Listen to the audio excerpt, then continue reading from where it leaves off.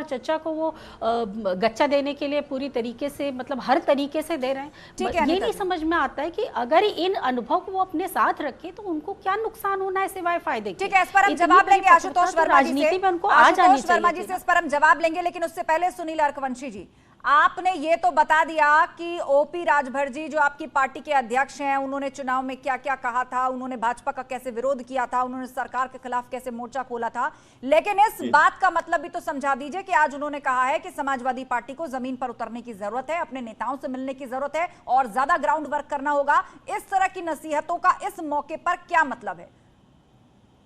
नहीं, क्योंकि क्यों नहीं मतलब है, हमारा मतलब साफ साफ ये है। ये बताइए, जिस मुद्दे को लेकर हम भारतीय जनता पार्टी को घेरने का काम कर रहे हैं, उस मुद्दे को लेकर हमें सड़क पर जाना पड़ेगा। तो माननीय राष्ट्रीय अध्यक्ष जी ने साफ तौर से कहा कि माननीय अखिलेश जी से हम इस पर बात करेंगे, माननीय अखिलेश जी को हम इस मुद्दे को लेकर हम रोड पे लाने का काम करेंगे।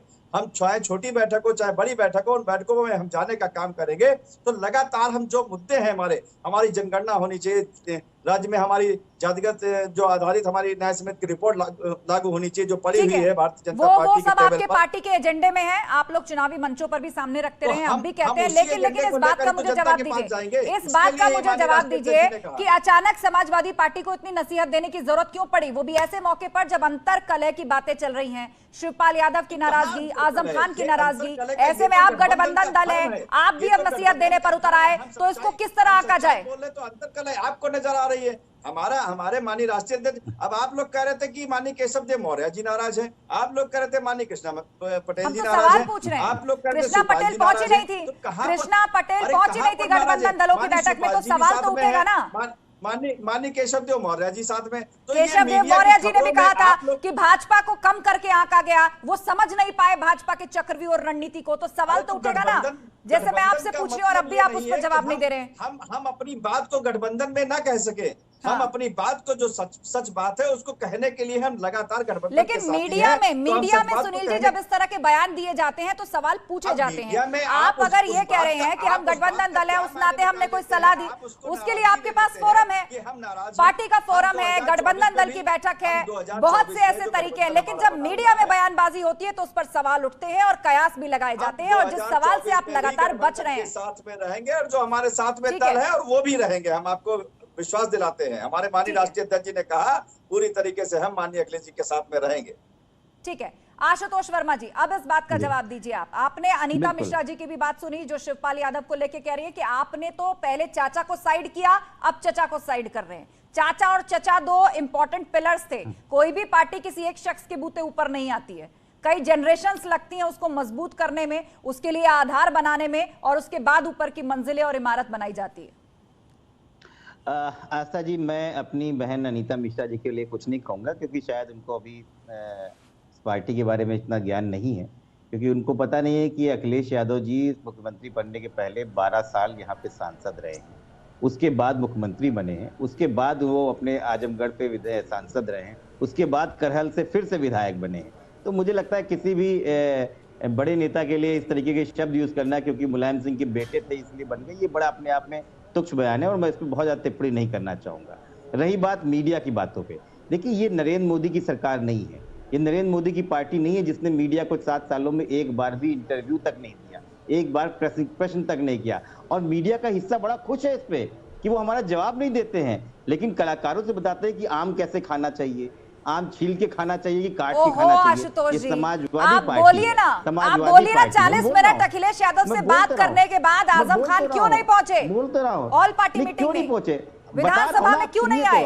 मुलाकात क्यों नहीं हुई? जिस बयान को ये तुच्छ बयान कह रहे हैं, खा लीजिएगा, वो तो सच्चाई है। अभी लोकसभा के चुनाव में वक्त है, अगर आप बताइए सुनने के लिए आतुर हैं सबको पता है कि उनकी योग्यता क्या है। अनीता जी, एक मिनट, सीधी जवाब योग्यता यही थी कि मुलायम सिंह यादव जी के पुत्र थे। ऐसा ही जवाब से पूछा जाए तो आप इतने बोलिए। साल से अनीता पार्टी में जी, राजनीति कर- अनीता जी, एक मिनट, उनकी बात पूरी होने आप दीजिए। लोग मुझसे जवाब सुनना चाहती है कि यहाँ पर खाली अपनी बात रखना चाहती है? आशुतोष जी 10 सेकंड में विषय पर बोलिए। रिहा होने के बाद समाजवादी पार्टी के विधायक अनु गुप्ता जी के घर में गए, कल उनका जो है अलीगढ़ के हाई कोर्ट में वो गए थे, उनके कुछ कागजात पेंडिंग थे, आज उन्होंने तुरंत वापस करके वापस आए हैं और फिर वो लखनऊ आएंगे। समाजवादी पार्टी के वो साथ में है और खड़े हैं, वो तो खुद बोलते हैं जब वो बोल रहे हैं। और रही बात ओपी राजभर जी की बात, ये बहुत ही डेमोक्रेटिक अलायंस है, इसमें कोई परेशानी की बात नहीं है। ओपी राजभर जी से मेरी बहुत अच्छे संबंध हैं, हम लोग खुद बैठ के कई मुद्दों पर बात करते हैं। और जिस बात का आप उल्लेख कर रहे हैं उसमें ओपी राजभर जी से बोला गया कि आपने सरकार के लिए क्या रणनीति बनाई है, तो उन्होंने कहा हम रास्ते में जाएंगे, हम आंदोलन करेंगे। सवाल हुआ क्या समाजवादी पार्टी भी जाएगी, तो उन्होंने कहा उनको भी लाएंगे, उनको भी साथ में लाएंगे। लेकिन उसको इस तरीके से बता दिया गया कि हमारे बीच में लड़ाई है। क्या अजीब बात है, ये तो बड़ी अजीब सी बात है। हम आराम से बैठ रहे हैं, हमारे साथ पीएसपीएल के लोग बैठे हुए, हमारे साथ ओपी राजभर जी के साथ के भाजपा के लोग बैठे, वो कह रहे हैं सब चंगा है, लेकिन आपको चंगा नहीं लग रहा है, ये बड़ी अजीब सी बात है। नहीं नहीं, हमको क्या लग रहा है नहीं लग रहा है, प्रश्न उसका नहीं है। उन्होंने कहा कि आप प्रश्न क्यों पूछ रहे हैं, हमने कहा प्रश्न पूछने का काम है, और प्रश्न इसलिए पूछा जा रहा है कि उन्होंने मीडिया में आकर ये बात कही है।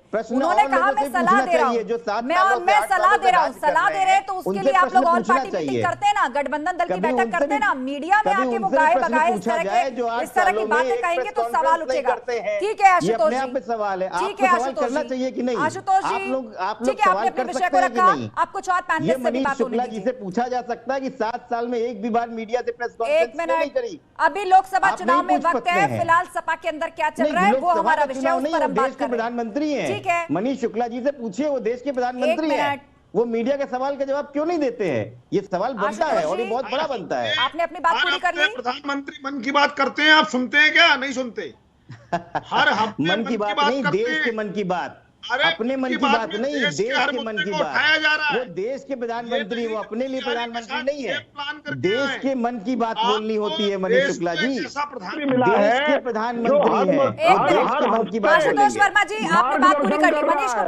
मनीष गुप्ता मेरा सवाल सुनिए। आशुतोष वर्मा जी आपने अपनी बात पूरी कर ली। मनीष गुप्ता जी, यहां पर यह कहा जा रहा है बार बार सपा की तरफ से, और जैसा आशुतोष वर्मा जी भी कह रहे थे कि किसी ने एक बात पर ध्यान नहीं दिया कि आजम खान साहब ने तो यह भी कहा कि मैं समाजवादी पार्टी में हूं, सपा का हिस्सा हूं, लेकिन यह भी नहीं भूलना चाहिए कि कहा यह भी जाता है कि आजम खान कद जैसा सरीखा नेता, जिसको लोग मानते हैं उम्र, अनुभव, राजनीतिक लिहाज से अगर देखें तो वो लगभग अखिलेश यादव के बराबर में ही आते हैं। तो आखिर किस सपा की बात कर रहे थे? वो सपा जिसे अखिलेश यादव हेड कर रहे हैं, उसके वो अध्यक्ष हैं, या वो समाजवादी पार्टी जो शुरू से चलती आ रही है, मुलायम सिंह यादव और तमाम समाजवादी पार्टी से जुड़े हुए कद्दावर नेता जिन्होंने एक एक करके उसको अपने कंधों पर उठाया है और आज इस जगह लाकर खड़ा किया है, वो किस सपा की बात कर रहे थे? आपको लगता है यहाँ कुछ बिटवीन द लाइंस पढ़ने की जरूरत है?